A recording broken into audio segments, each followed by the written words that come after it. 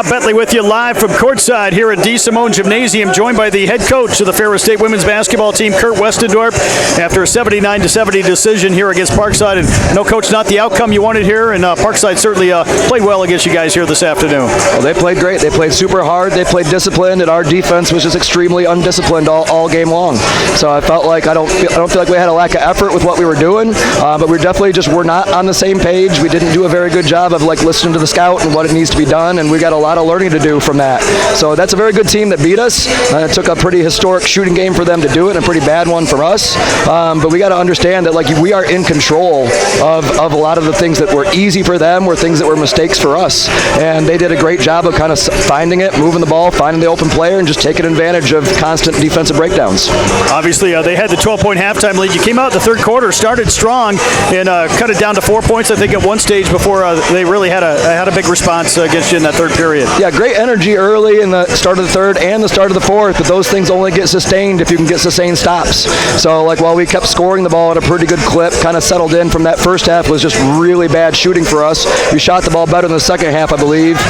Looking down at it both times, yeah, we shot the ball really well. Third quarter and fourth quarter were excellent, really at all areas of shooting the ball. But you got to be able to have sustained stops. You got to get 3, 4, 5 stops in a row as you're doing all those things, so you're not just trading baskets. So yeah, we were winning kind of that third quarter, but we needed to win it by a much bigger margin because of the hole we dug ourselves in. How much of a factor was it that you had to sit Chloe for a large part of that second quarter when she picked up her second foul? I think it did definitely take us out of our rhythm a little bit, but I still feel like we got okay shots even when she was on the bench. We just kind of weren't knocking those down. But we talked at the halftime, even her second foul was a result of somebody blowing a defensive assignment and allowing a drive to get to the paint in a direction it was not supposed to be able to go, and Chloe tries to come over and clean it up for them, and she picks up that second foul. So you can kind of tie everything into people just kind of knowing their assignments, doing their job, and Parkside does a great job. They constantly move. They're constantly doing things, and you got to be on your P's and Q's because all it takes is one mistake for us to kind of create a good open look for them.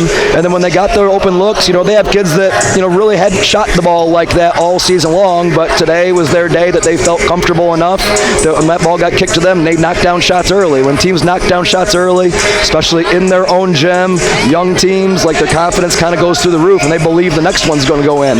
So we weren't ever able to close that gap to where we could kind of take the lead. Then I think the pressure would have shifted more to them on some of those shots, but we were never able to get over that hump.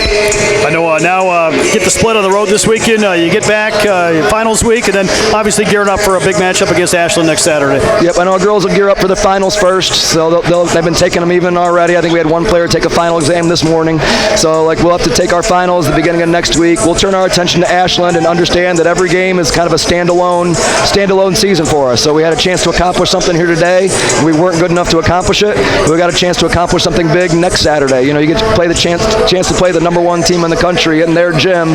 That's a chance for us to really make a big statement, kind of see where we're at as a program, kind of try to tie up a few things as we head into Christmas and just keep moving forward. Well, Coach, thanks for the time, and we'll talk to you again next week. All right, thank you, Rob.